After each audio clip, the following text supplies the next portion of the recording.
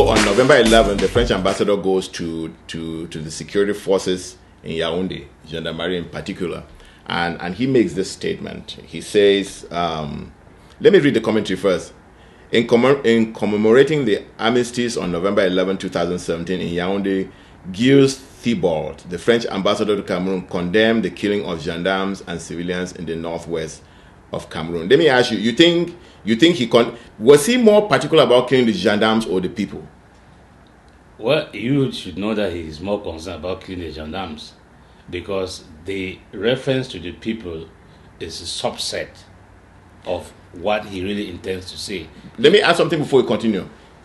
For me, right, it's not even where you're looking at right now. Remember that when they killed people on September 22nd, he did not say anything. Everybody came out was condemning it, but he did not say anything. Yeah, and we said it on this show. And then on after October 11th, after the murders there, and Roger, I'm going to tell you another thing of what I'm thinking now. Because the French did not say anything since, I mean, this struggle has been going on for close to a year now. In fact, November makes it a year. The French said nothing.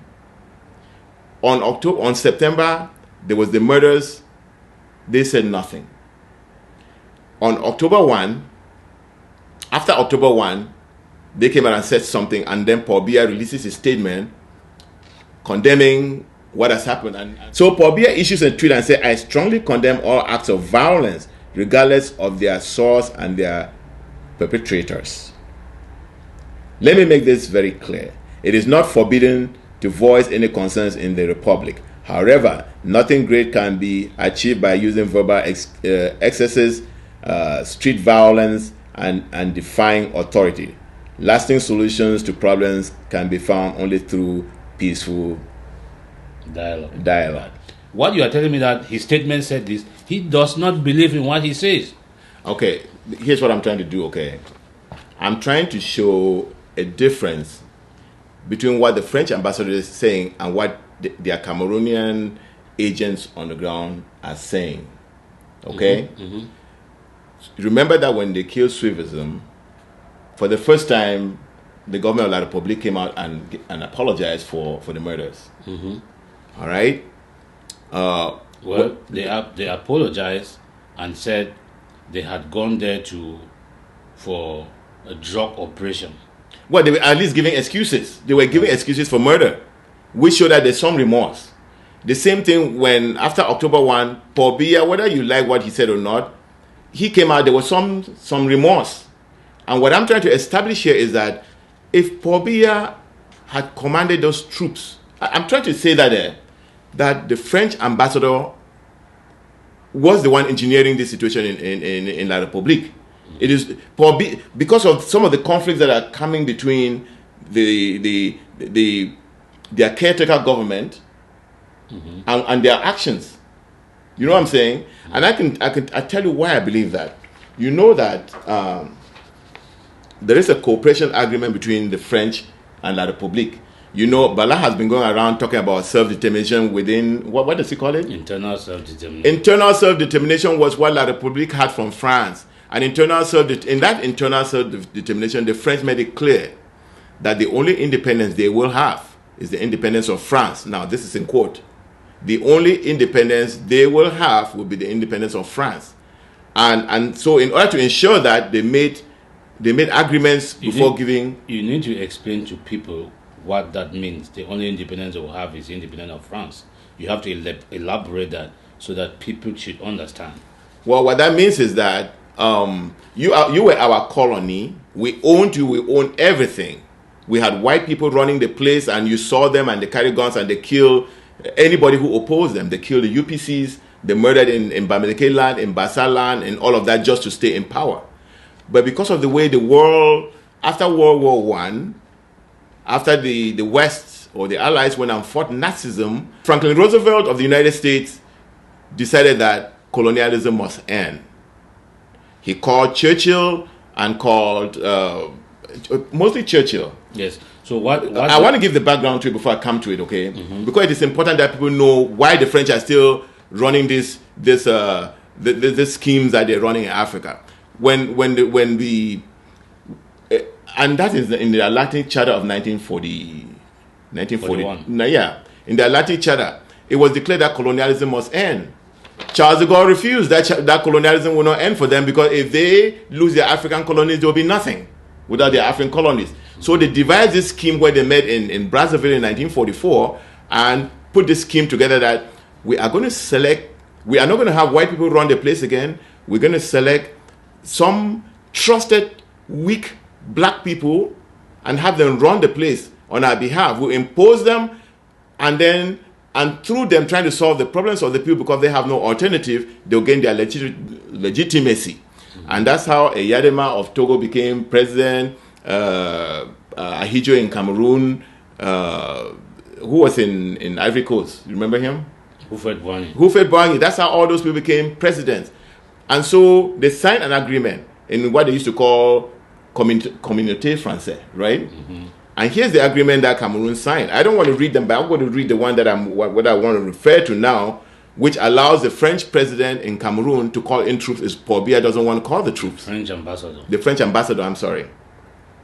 Here it says, military assistance. Each time that the Cameroon president is overwhelmed by an external aggression or internal rebellion, he may call on French military assistance. In the event where the Cameroon president is unable to seek this assistance by any form of communication, the French ambassador to Cameroon can make the request instead of Cameroonian authorities.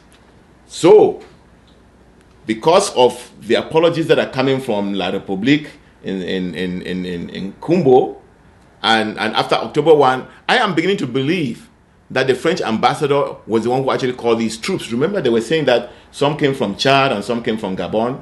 Mm-hmm. Only the French have command of all the troops in all Francophone countries, because those countries have what we've called internal self-determination.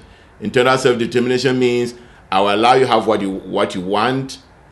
I will allow you have what I don't need, but what I need, I'll remain in control of it. And remember that Southern Cameroon, as we've said, was not given to La République. Charles de Gaulle, who was the president of France at the time, said Southern Cameroon is a little gift from the Queen of England to the French. So that's where I'm saying that most of what is going on in the territory now may actually be a direct engineering by the French. No, it is, because you've laid it out properly. Because that independence means it is independence of what the quality of independence I want you to have. So the French said in that internal self-determination that I will let you be independent as much as I want, not what you want, as much as they want. So it means you cannot have your own monetary policy. We have to create a monetary policy for you. You cannot own your own money. You cannot control your foreign affairs. Remember, this guy sitting in Yaoundé now as president of La République said he was the best student of Mitterrand. You have to go to France and answer to them. They have to decide. Remember the Jean Foucault, yes, the French terrorist in Africa, saying how they decide who is president every single. So they decide. That internal self-determination means they are going to give you what you are allowed to have, not what you want. Not what you want, what you are allowed to have. And what you are allowed to have is a puppet person, a toy as a president. And then the other people like Laurent Esso and all the other stooges running around as ministers, answerable to France, not answerable to the people. You have a parliament with another stooge like Kaveh sitting there saying that they are making laws and stuff like that, and that their documents have all been burnt. What documents? Everything is decided in France. So whatever they go and sit there and do has no bearing. Yes. Because it is what they want, not what you want, that determines how that country is functioning. So he can come now and pretend that he's talking on behalf of our people that have been killed, but he is just making a point that it is time for him to start thinking of calling in more troops, because it looks like gendarmes have been killed, so these people might be preparing for something. So let us start preparing the people's minds and talking to the people in Yaoundé, to the Laurent Essos, to the Grégoire Owonas, and all those other people, that hey, I am exercising those Article 10 of the cooperation agreements with you people. I might be calling in troops, so have this little. No, he might. He has already look. I've already had information that there are French legions in our territory. There you go. And French legions don't come only in white; they come in black. Because they call them foreign legions, they recruit them from everywhere, train them, and send them to come and cause mayhem in the territory. But you said something that is very important. You say we will authorize you to have only what we want you to have. Now, in Cameroon, in La Republique du Cameroun, and in all French colonies in Africa, the only thing that the citizens of that country have is the food they farm and eat. Mm-hmm. That's it. They do not own their forest. They do not own the minerals under their ground. They do not own any of the assets. In fact, I will read. You can't even build your own roads. I'll tell you. Let me. When we say these things there, they look like a joke, but they are true. Here's what they said about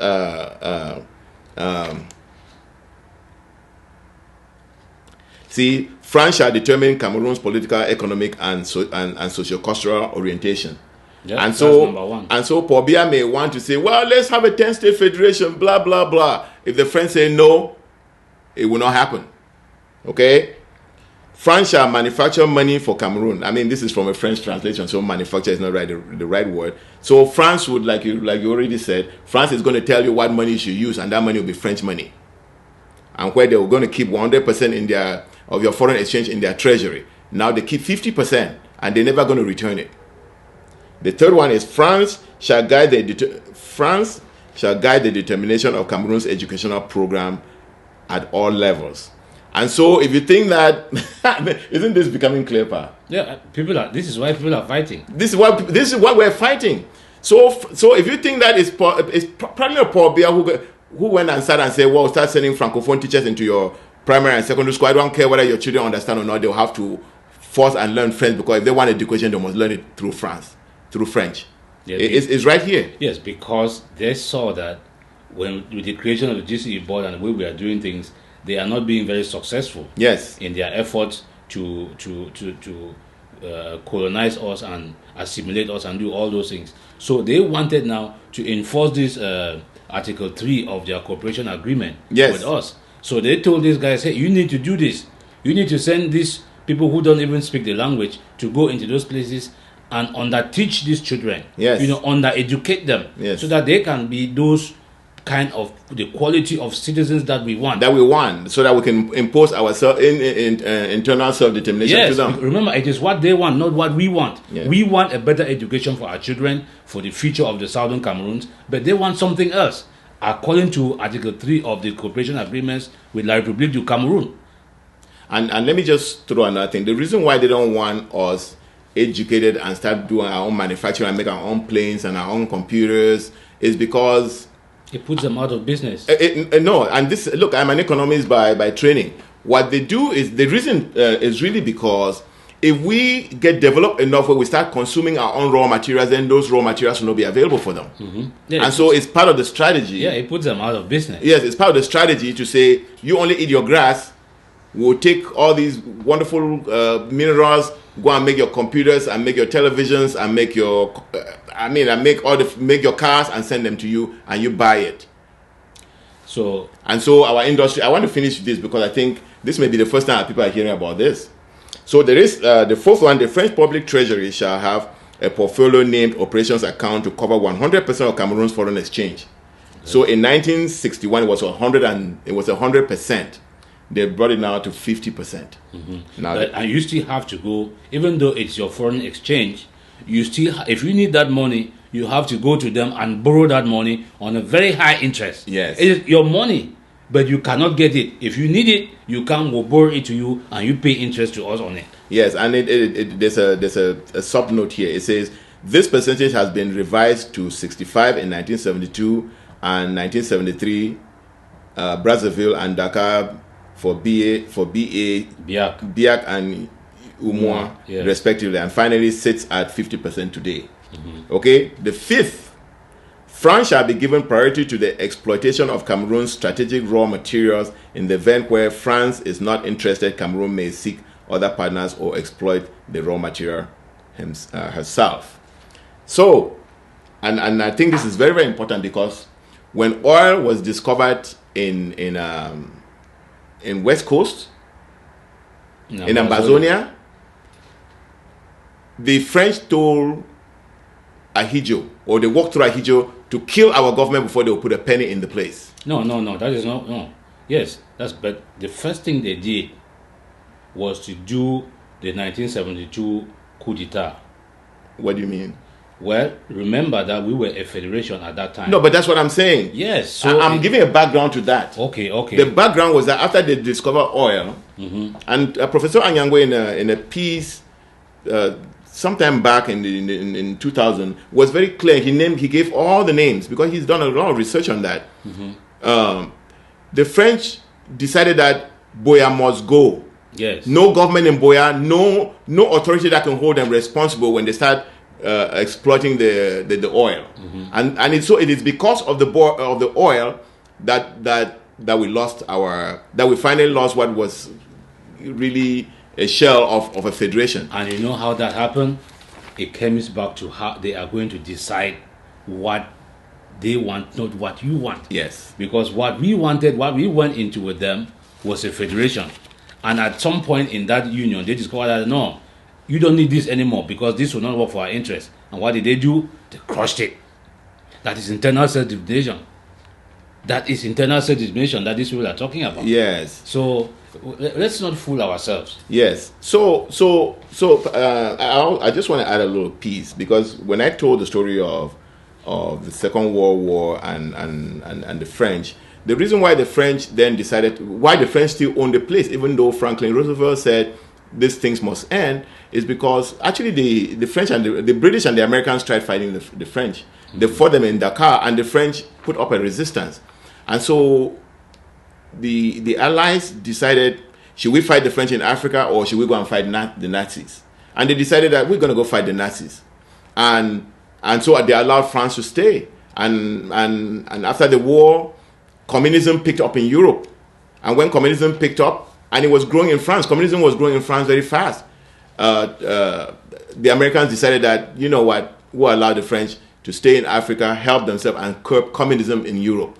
That's why the French are still there. But everybody knows. So if some of us have this cobweb that America or Britain or any of the powers is going to come and challenge France there, no, they know what is going on. They all know what is going on, and they acquiesce to it. What would bring them to come and say, okay, end this thing right now? We don't know, but they know what's going on. Okay, I thought that maybe with Rwanda, it would finally be decided that the French really need to get out of Africa, but it never happened. After Ivory Coast, so the French now have come with a system where they go through international organizations and come and still do their thing. In Cameroon, they're still doing it directly, but they're using the cover of Paul Biya and all these fraudulent.